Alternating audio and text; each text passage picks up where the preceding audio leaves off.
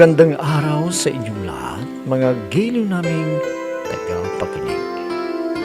Muli po mga kaibigan, narito na po ang pagpapatuloy at ikatlong yugto ng liham kasaysayan na ipinadala ni Mirna dito sa ating dulang. Love and Memories.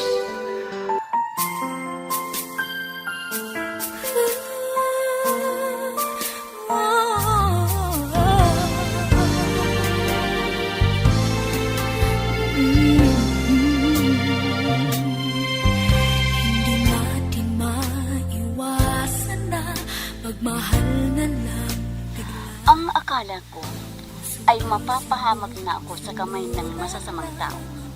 Pero nagkataon na sinundan pala ako ni Sunny. Kaya nailigtas niya ako sa mga kuldapan niya. At matagal na nawala ang takot ko sa nangyari sa akin. Minsan ay dinalaw ako ni Rina at inungkat na naman ang inyaalay niyang pagmamahal sa akin. Hindi pa sana ako papasok sa isang relasyon, pero nag-aalala ako dahil umiibig din si Sunny sa akin.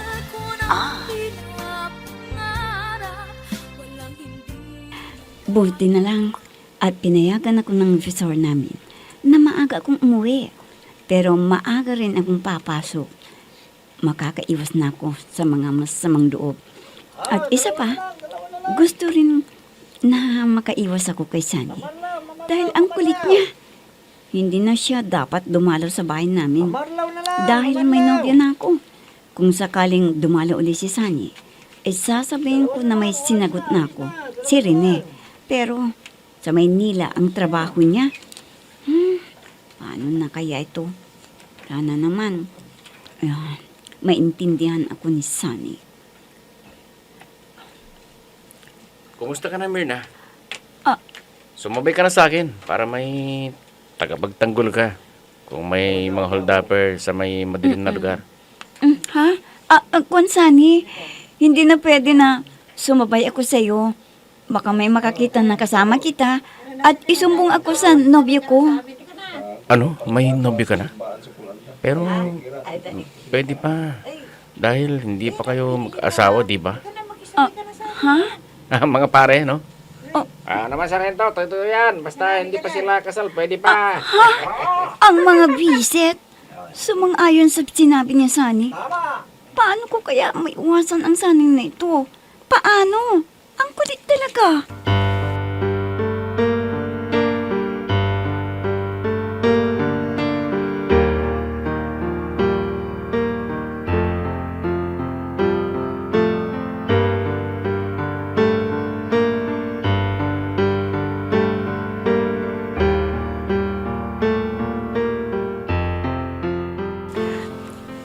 Inay, may plano na kami ni Rene na magpapakasal sa lalong madaling panahon. Ha? Ang ibig mong sabihin, anak, magnobyo na kayong dalawa ni Rene. Opo, Inay. Para mawalan na ako ng problema doon sa pulis na nanliligaw sa akin. Ganun ba? O sige, ikaw ang bahala kung yan ang desisyon mo. Ikaw naman ang makikisama sa kanya Naku, napakakulit ng pulis na yon. Kahit alam na niya na iniiwasan ko siya, ay parang walang pakiramdam. Ay, ganyan talaga ang umiibig, anak. Kahit ipinapakita mo na hindi siya bagay sa'yo at hindi mo siya mahal, pinipilit pa rin ang sarili. Nakakainis na nga, Inay. Sinabi ko na nga sa kanya na may nobyo ako. Pero ang sabi niya ay pwede pa dahil hindi pa raw kami kasal. Sa palagay ko hindi siya maniwala na may babae na tumanggi sa kanya. Ngayon lang siguro nabigo. Kaya lahat ng paraan ay ginagawa niya.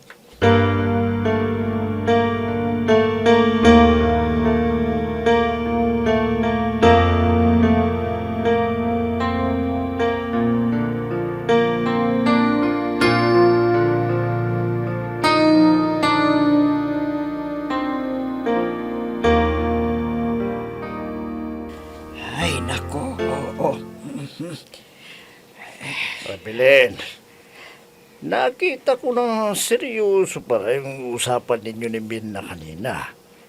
Ano bang napag-usapan nyo? Ano pa di sinabi sa akin ang kanyang problema para malaman ko at matulungan ko siya.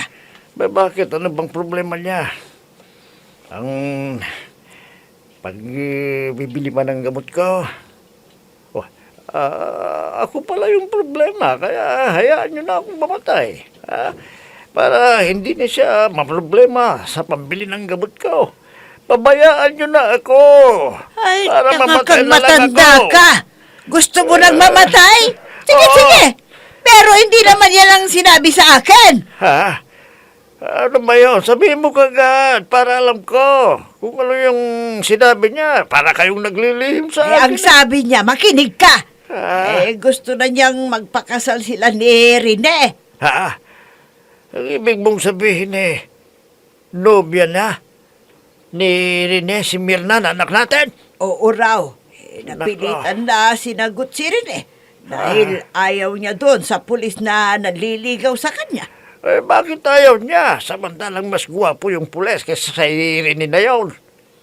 Parang ako ron na mas gwapo si Rick na isang Navy. Pero ikaw ang pinili ko kahit pangit ka. Ha? Belen! Kaya hintayin natin ang pagdating ni Rene at mamamanhikan na raw sila para wala ng problema si Mirna. Araw-araw na lang pinapayuhan ng sarili na kaya ko pa lahat pwede pa magagandang alaala. Ano ka mo, Rene? Hindi ka pa uuwi? Ano pang dahilan? Kon kasi, Mirna, hindi ko pwedeng magbakasyon ngayon Dahil naunahan ako ng isa kong kasama. Kaya hintay mo na lang ang tawag ko, ha? Ano pang magagawa ko kundi maghintay kung kailan kayo mamamanhikan nakasama ng mga magulang mo? Basta sabong ito. Pero hindi ko lang alam kung anong petsa. Tatawagan na lang kita kung uuwi na ako dyan sa atin. Oo, Rene. Hintay ko na lang ang iyong tawag para alam ko ang iyong pag-uwi dito sa atin. O sige, bye Rene. Oh, I love you din.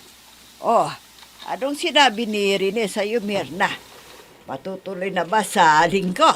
Oh, hindi pa ho inay Dahil hindi siya pinayagan na magbakasyon sa trabaho niya. Kung gano'n, sa susunod na linggo ang pamamanhikan ni Rene. Ang sabi niya ay sasabihin muna sa magulang niya kasi. Pag ganyan na sinabi ni Rene, hindi pa siya sigurado na matutuloy ang pamamanhikan nila. Hindi pa nga inay, kaya nag-aalala ako. Pag dumadaan dun sa trabaho ko ay kindat ng kindat ang pulis na yun sa akin. Hindi Basta na ang masasabi ko tumitigil. lang sa iyo, anak, mag-ingat ka sa kanya, ha? At huwag kang magpapagabi. Paano yan inay? Kung minsan kasi, kahit alas 7 na ng gabi, ay wala nang maiiwan ng tricycle doon sa paradahan. Mabuti na yung mag-ingat ka, anak. Huwag kang sumakay kung nag-iisa ka lang na pasahero at hindi mo kilala ang driver.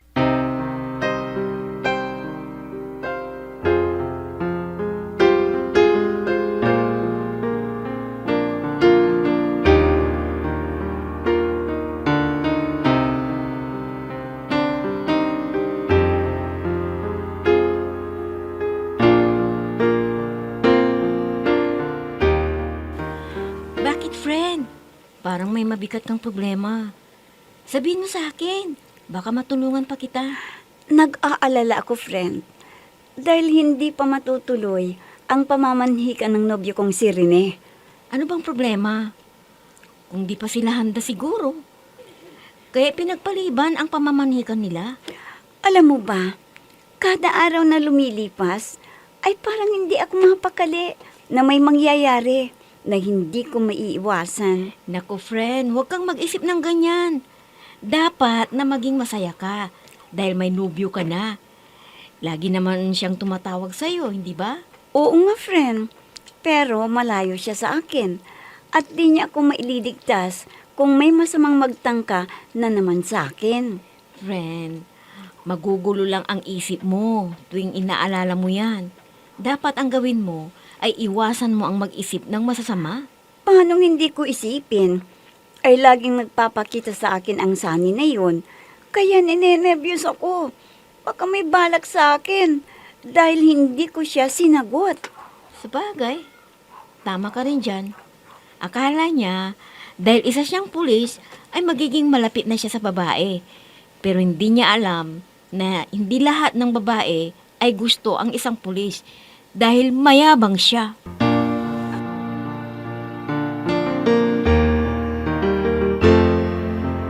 I'm so blessed I have you, 'cause you gave the world to me.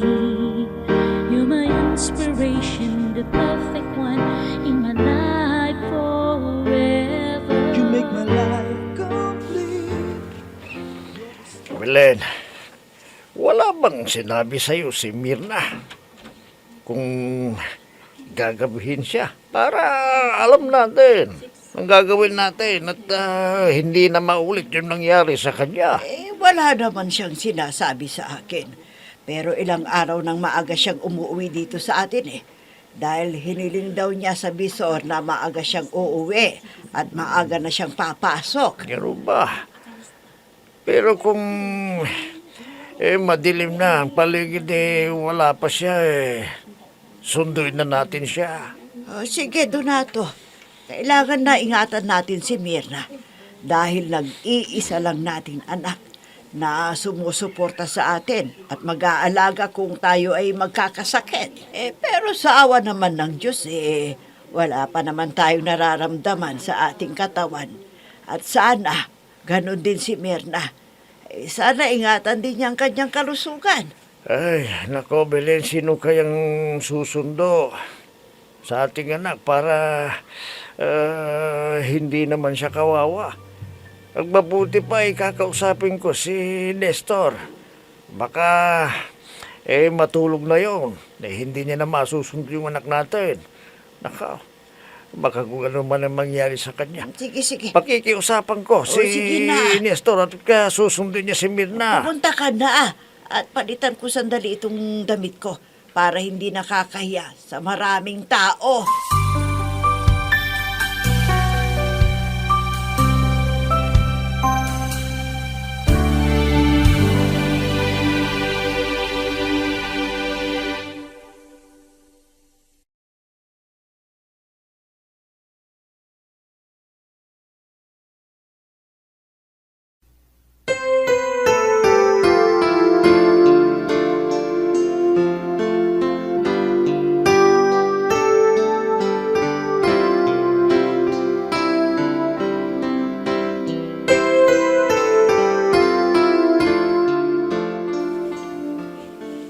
Inay, saan ba kayo pupunta at nakabihis po kayo? Hamer na anak, nandito ka na? Akala namin gagabihin kang masyado. Kaya pumuntang itay mo sa driver ng tricycle na susundo sa'yo. Mabuti, Inay, at may naiwang pang tricycle doon dahil sinundo rin niya ang kanyang kapatid na sales lady rin. Mabuti naman at hindi na kami pumunta ng itay mo sa paradahan. O sige na, umuwi ka na at tawagin ko ng itay mo at sabihin na hindi na kami susundo dahil nakauwi ka na pala. Opo, Inay, sige po, para hindi na kayo mapagod sa pagsundo sa akin. Alam ba ninyo, Inay, na pareho kami ng oras ng pag-uwi. Kaya kinausap ko yung driver ng tricycle na hintayin niya ako sa pag-uwi ko sa gabi. Pero kung maga ako, sasabihin ko siya para hindi na siya maghintay sa Ay, akin. salamat naman kung nakatagpo ka ng kasama mo na umuwi dito sa ating lugar para hindi na kami mag-aalala ng itay mo sa iyong pag-uwi. Pag ginagabi ka, nag-aalala kami sa iyo. Oo nga po, Inay. O sige po, tawagin na ninyo si Itay para alam nila na nakauwi na ako at diretso na ako sa bahay natin. Sige anak, ipaalam ko sa kanya na nandito ka na para bawiin na hindi na kami matutuloy sa pagsundo sa iyo. Araw-araw na lang Pinapayuhan ng sarili na kaya ko pa lahat pwede pa magagandang alaala. Mirna, pasensya ka na kung magulit ako. Sana maunawaan mo ang nararamdaman ko. Dahil talagang mahal kita. Alam mo na may nobyo na ako at nasa Maynila. Kaya sana, ibaling mo na sa iba ang iyong pagmamahal. Pero ikaw ang gusto ko, Mirna. At hindi ako titigil sa panunuhi sa'yo hanggat hindi pa kayo kasal ng iyong nobyo. Ha? Alam mo naman, nawala akong pagtingin sa iyo, Sunny. Kaya baliwala kung ikaw lang ang nagmamahal sa akin. At ako, hindi naman kita mahal. Paano yan? Hindi ko naniniwala na hindi mo maibabaring sa akin ang iyong pagmamahal, Mirna. Magtsatsaga ako. Ikaw ang bahala. Basta sinabi ko na sa'yo na may nobyo na ako at baka sa susunod na buwan ay mamamanhikan na sila. Kahit ano pang sabihin mo, para tumigil ako sa panliligaw sa'yo, ay hindi ko gagawin. Para ipakita sa'yo na tapat ang pagmamahal ko. Ay naku, ikaw ang bahala kung yan ang desisyon mo. Pero sinabi ko naman sa'yo na wala kang aasahan sa akin.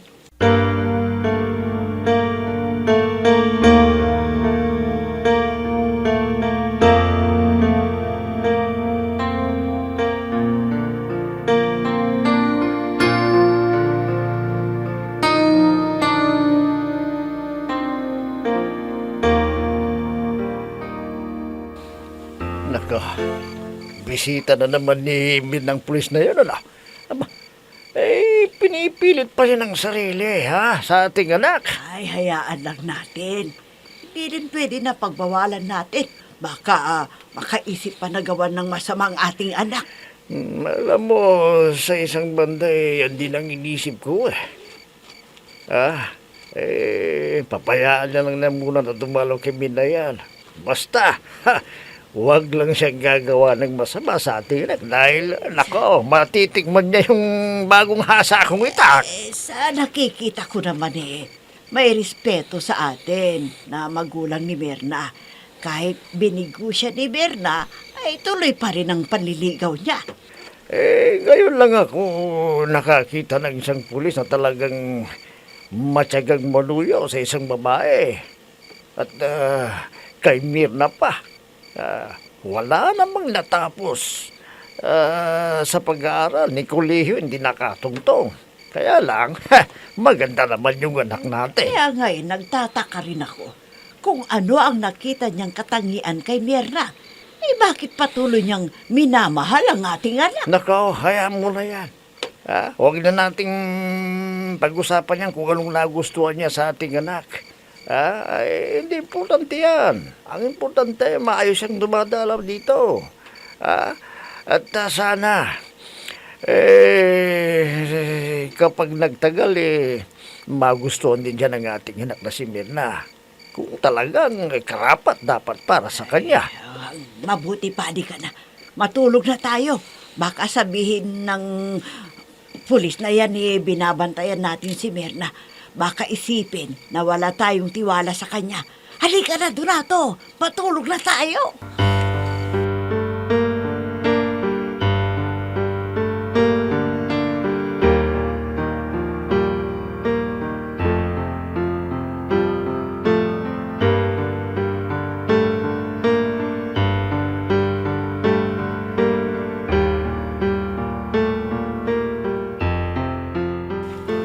Ano ka mo, friend?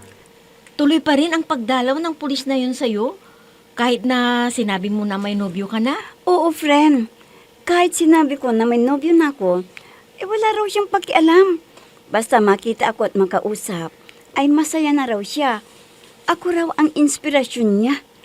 Ang alam ko sa mga pulis, pag binigo mo, ay maghahanap ka agad ng kapalit na liligawan. Pero ang Sunny na yun, ay, matindi yata ang tama sa'yo Bilib na ako sa kanya. Hindi kaya paraan lang niya yun para magpaawa sa'yo? Para magtiwala ka at maturuan mo ang puso mo na mahalin siya? Ha? Hindi ko alam kung ano ang plano niya. Bakit hanggang ngayon ay pumupunta pa rin sa bahay namin? At lagi niyang sinasabi na mahal niya ako. Kaya lang, hindi pwede na dalawa ang mamahalin ko.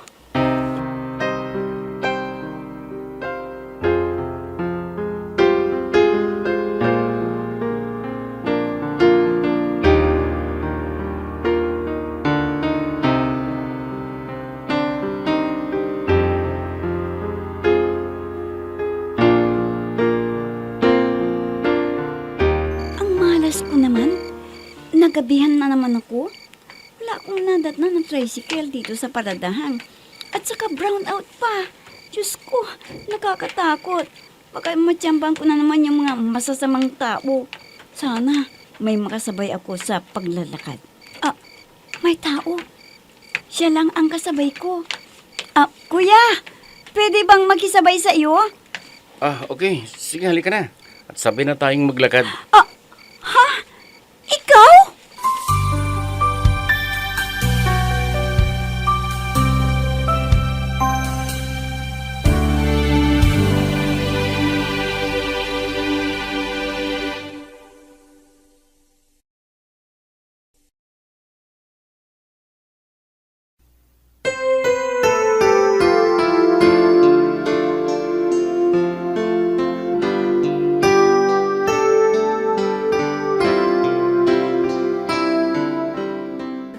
Pumayag kaya si Mirna na makisabay si Sunny sa pag-uwi sa kanya.